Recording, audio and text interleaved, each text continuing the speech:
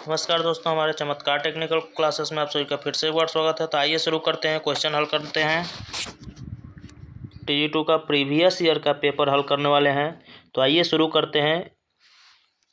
Question number 62 से हम लोग शुरू करेंगे, क्योंकि इसके पहले का सारा क्वेश्चन पिछले वीडियो में हम हल करा चुके हैं। तो क्वेश्चन नंबर 62 है, भू इलेक्ट्रोड के संदर्भ में निम्न कथनों पर विचार करें। ठीक है, तो आइए विचार करते हैं। ए है, इलेक्ट्रोड की लंबाई या व्यास बढ़ाएं। ठीक है, अच्छी बात है। इलेक्ट्रोड के रूप में कई क्षणों का उपयोग करें। यह भी अच्छी बात है। इलेक्ट्रोड के आसपास की मिट्टी का सल्फेट के साथ उपचार करें। ठीक है, यानी कि इसमें जो है दोस्तों, फिर क्वेश्चन क्या है कि भू इलेक्ट्रोड प्रतिरोध को कम करने में कौन सा मदद करता है। ठीक है, तो इस ऑप्शन में जो आप तीनों ये देख रहे हैं, ये क्या तीनों मदद करता है। ठीक है, तो हमारा इस क्वेश्चन का आंसर होगा ऑप्शन नंबर ए, बी और सी तीनों, यानी कि इसमें जो है तीनों सही है। अगला क्वेश्चन देखेंगे, नंबर 36 है, एक डिजिटल बहुमापी मल्टीमीटर खाली जगह मापता है। ठीक है भाई, क्वेश्चन का मतलब क्या है कि डिजिटल मल्टीमीटर क्या क्या मापता है। ठीक है, तो एक नंबर में क्या है, केवल AC और DC वोल्टेज और प्रतिरोध, केवल DC वोल्टेज और धारा, AC और DC धारा वोल्टेज और प्रतिरोध। अगला चौथा ऑप्शन है, केवल AC प्रतिरोध वोल्टेज और धारा। ठीक है, देखिए होता क्या है कि ये जो मल्टीमीटर है, ठीक है, तो मल्टीमीटर को हम AVO मीटर के नाम से भी जानते हैं। ठीक है, A मतलब एम्पियर मीटर, ठीक है, एम्पियर मीटर। V मतलब वोल्ट मीटर, O मतलब ओम मीटर। ठीक है, एम्पियर मीटर से धारा मापा जाता है, वोल्ट मीटर से वोल्टेज मापा जाता है, ओम मीटर से प्रतिरोध मापा जाता है। ठीक है, और ये जो मल्टीमीटर जो होता है, AC और DC दोनों सप्लाई पर काम करता है। ठीक है, AC और DC दोनों सप्लाई पर काम करता है। चलते हैं ऑप्शन की तरफ। ऑप्शन में कौन सा ऑप्शन सही होगा? क्वेश्चन नंबर 36 का सही ऑप्शन सही होगा सी ऑप्शन, AC और DC धारा, वोल्टेज और प्रतिरोध। यानी कि दोस्तों, हम मल्टीमीटर के द्वारा AC सप्लाई भी माप सकते हैं, DC सप्लाई भी माप सकते हैं, और वोल्टेज, करेंट और प्रतिरोध भी माप सकते हैं। ठीक है,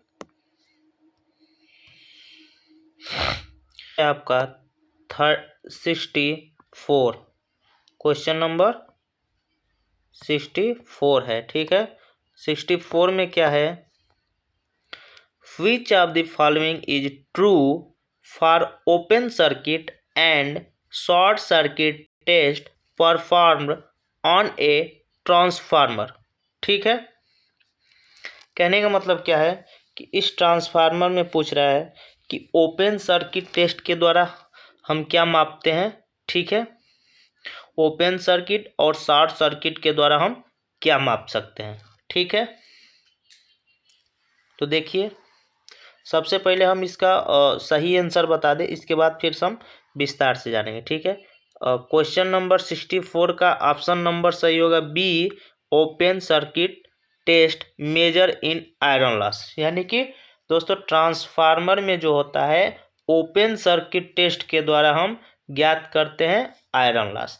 ठीक है, अब थोड़ा सा आपको हम ज्ञान का भी चीज़ बता दें, जो कि सभी लोगों को कन्फ्यूजन होता है। ठीक है, देखिए ट्रांसफार्मर में, ठीक है, ट्रांसफार्मर में अगर हम लॉस की बात करें, ठीक है, तो ट्रांसफार्मर में दो लॉस होता है, एक आयरन लॉस और एक कॉपर लॉस। Copper loss. ठीक है।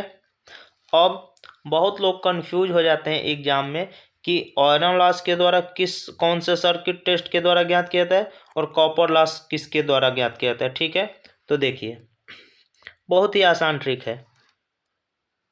आयरन लॉस यानी कि ओपन सर्किट,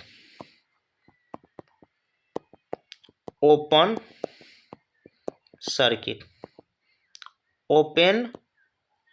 सर्किट टेस्ट। ठीक है। और कॉपर लॉस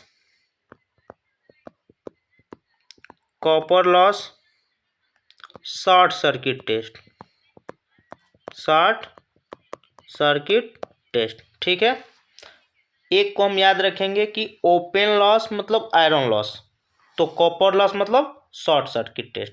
यानी कि शॉर्ट सर्किट टेस्ट के द्वारा हम कॉपर लॉस का मान ज्ञात करते हैं और ओपन सर्किट टेस्ट के द्वारा आयरन लॉस का मान ज्ञात करते हैं। ठीक है। क्वेश्चन नंबर है, चलिए क्वेश्चन नंबर है 65। ठीक है। 65 में क्या है, मोटर और परिणामित्र का निर्धारण में खाली जगह में होता है।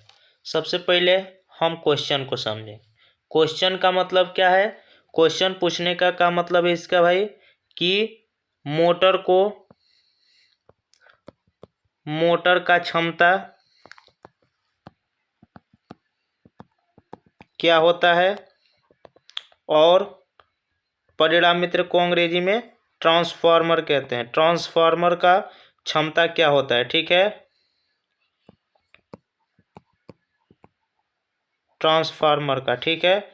अगर हम बात करें मोटर की क्षमता की, तो मोटर का क्षमता KW होता है और ट्रांसफार्मर का जो होता है क्षमता होता है KVA होता है। ठीक है। चलते हैं ऑप्शन की तरफ। ठीक है। ऑप्शन में क्या दिया है हमारा, क्वेश्चन नंबर 65 का ऑप्शन नंबर सही होगा बी, क्रमशः KW और KVA। ठीक है, KW और KVA। अगला क्वेश्चन है, चलिए क्वेश्चन नंबर 66 है, तुल्यकालिक मोटर के संदर्भ में निम्न में से कौन सा कथन गलत है। ऑप्शन नंबर ए है, यह समुन्नत ध्रुव निर्माण में भी उपलब्ध होता है, बिल्कुल होता है। ठीक है। यह नियत गति पर चलता है, हाँ जी बिल्कुल नियत गति पे चलता है तुल्यकालिक मोटर। सी ऑप्शन है, इसमें अंतर्निहित प्रवर्धन वाला गुण होता है। ठीक है, बिल्कुल गलत। अगला है, यह पश्चिगामी, अग्रगामी और न्यून शून्य शक्ति गुणक पर कार्य करता है, बिल्कुल करता है भाई। तो इस क्वेश्चन के हिसाब से हमारा ऑप्शन सही होगा ऑप्शन नंबर सी, क्योंकि गलत को छांटना है इसमें। ठीक है, गलत कथन को हमें क्या करना है, क्वेश्चन नंबर 66 के गलत क्वेश्चन को छांटना है। बाकी ये तीनों जो है सब क्या होता है, सही ऑप्शन है। ठीक है, तो क्वेश्चन नंबर 66 का सही आंसर होगा ऑप्शन नंबर सी। ठीक है। अगला क्वेश्चन है क्वेश्चन नंबर 67, निम्न 3 कला प्रणाली के लिए निम्नलिखित विकल्पों में से कौन सही नहीं है। ऑप्शन नंबर ए, 3 कला मोटरों द्वारा उत्पादित बला गुण अधिक होता है। ऑप्शन नंबर बी, घरेलू और औद्योगिक भार की आपूर्ति एक ही स्रोत से की जा सकती है। ठीक है। ऑप्शन नंबर 3 कला प्रेरण मोटर में कोई प्रवर्तन बला गुण नहीं होता है, अतः प्रवर्तन हेतु एक सहायक साधन की आवश्यकता होती है। ठीक है, बिल्कुल गलत है, क्योंकि अब क्वेश्चन में हमें क्या पूछा है, गलत। ठीक है, तो इस क्वेश्चन नंबर 67 का ऑप्शन क्वेश्चन के हिसाब से हमारा ऑप्शन सही होगा ऑप्शन नंबर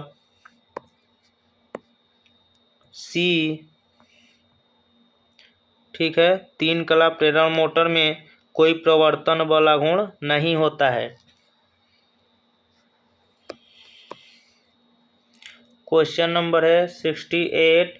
प्रकाश के संबंध में निम्नलिखित कथनों पर विचार करें। कथन ए है 400 nm से नीचे की तरंग दैर्ध्य वाला प्रकाश अवरक्त होता है। सही बात है, बिल्कुल सही होता है। 700 nm से ऊपर की तरंग दैर्ध्य वाला प्रकाश परावैगनी होता है। हाँ जी, बिल्कुल होता है। तब हम अब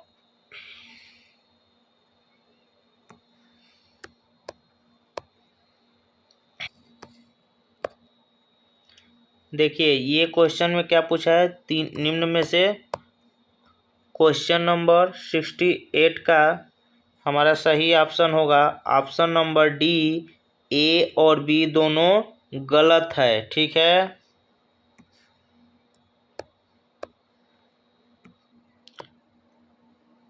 अगला क्वेश्चन है क्वेश्चन नंबर 60 है।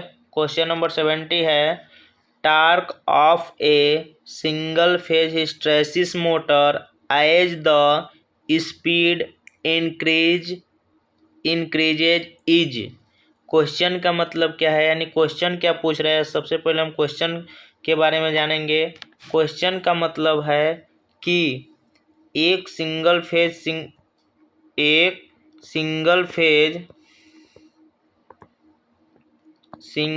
हिस्टैरिसीस मोटर है। ठीक है, क्या है, सिंगल फेज हिस्टैरिसीस मोटर है।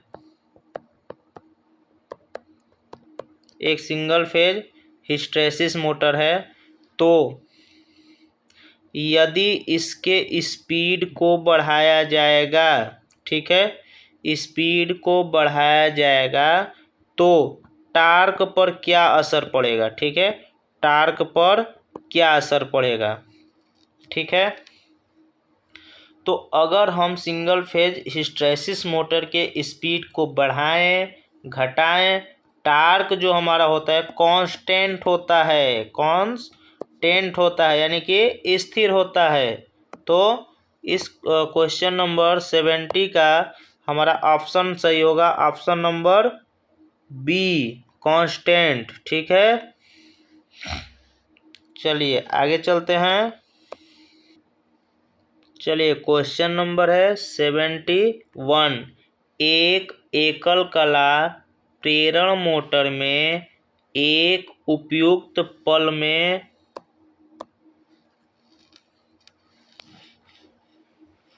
प्रवर्तन कुंडली के क्रियांत यानी कि कट ऑफ के लिए किसका प्रयोग किया जाता है। ठीक है, सबसे पहले हम क्वेश्चन को समझेंगे, क्योंकि देखिए अगर हम क्वेश्चन को समझ लेते हैं तो आंसर देना आसान हो जाता है। ठीक है, क्वेश्चन पूछ रहा है कि देखिए हम थोड़ा सामान्य भाषा में समझेंगे।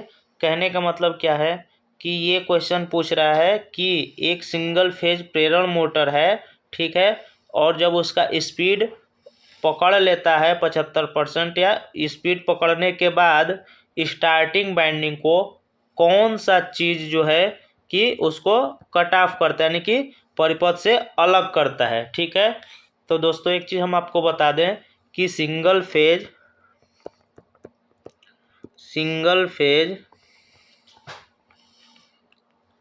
इंडक्शन मोटर में जो होता है,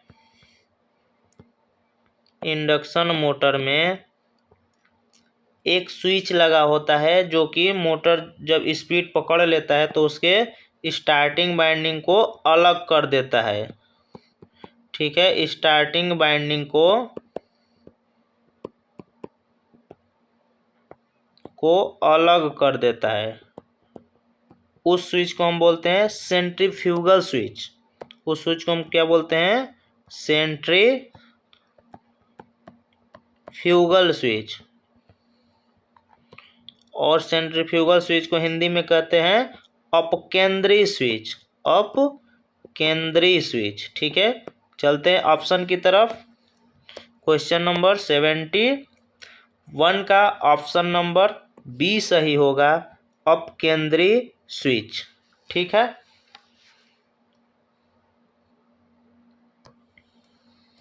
चलिए अगला क्वेश्चन है क्वेश्चन नंबर 75, अनंत बस बार क्या है। ठीक है दोस्तों, जो अनंत बस बार होता है यानी कि वह बस बार, देखिए वह बस बार जिसका वोल्टेज और फ्रीक्वेंसी समान होता है उसे हम अनंत बस बार कहते हैं। ऑप्शन में चलते हैं तो इसका क्वेश्चन नंबर 75 का ऑप्शन नंबर ए सही होगा। क्या है, एक बस जिसमें किसी भी अन्य तथ्यों से निरपेक्ष नियत टर्मिनल वोल्टेज और आवृत्ति हो। ठीक है, अगला क्वेश्चन है क्वेश्चन नंबर 77 है, निम्नलिखित कथनों पर ध्यान दें। कथन नंबर ए है, सिरोपरी लाइनों की तुलना में भूमिगत केबल तार प्रणाली की प्रारंभिक लागत बहुत कम होती है। बिल्कुल नहीं, अधिक होते है, गलत ऑप्शन है। बी नंबर है, सिरोपरी लाइनों में संचार परिपथ पर कोई हस्तक्षेप नहीं होता है। बिल्कुल गलत, यानी कि ये भी ऑप्शन गलत है। तो क्वेश्चन नंबर 77 का हमारा ऑप्शन नंबर सही होगा डी, ए और बी दोनों गलत है। ठीक है, कैसे गलत है, क्योंकि देखिए होता क्या है कि सिरोपरी लाइन की तुलना में भूमिगत केबल का जो होता है प्रारंभिक लागत बहुत अधिक होता है। ठीक है, प्रारंभिक लागत क्या होता है, बहुत अधिक होता है। ठीक, और सिरोपरी लाइन में संचार परिपथ पर कोई हस्तक्षेप नहीं होता है। ठीक है, तो ये भी कथन हमारा क्या है, गलत है, क्योंकि ओवरहेड का जो लाइन रहता है, ओवरहेड का जो लाइन रहता है ये हमारा क्या करता है, कम्युनिकेशन सिस्टम को डिस्टर्ब करता है। तो इसके वजह से हमारा क्वेश्चन नंबर 77 का ऑप्शन नंबर डी सही होगा, ए और बी दोनों गलत है। ठीक है, चलिए क्वेश्चन नंबर 79 है, उच्च वोल्टता संचरण लाइन के संबंध में निम्नलिखित में से कौन सा विकल्प सही है। ठीक है, ऑप्शन नंबर ए है, संचरण वोल्टता में वृद्धि के साथ दक्षता कम हो जाती है। गलत, संचरण वोल्टता में वृद्धि के साथ संचरण लाइन हानियाँ बढ़ जाती है। गलत, संचरण ऑप्शन नंबर सी है, संचरण वोल्टता में वृद्धि के साथ वोल्टता विनियमन में सुधार आता है। सही, तो क्वेश्चन नंबर 79 का ऑप्शन नंबर सी सही होगा, संचरण वोल्टता में वृद्धि के साथ वोल्टता विनियमन में सुधार होता है। ठीक है, कैसे सही होगा इस चीज़ को थोड़ा सा जानेंगे। देखिए होता क्या है कि जब हम ट्रांसमिशन लाइन में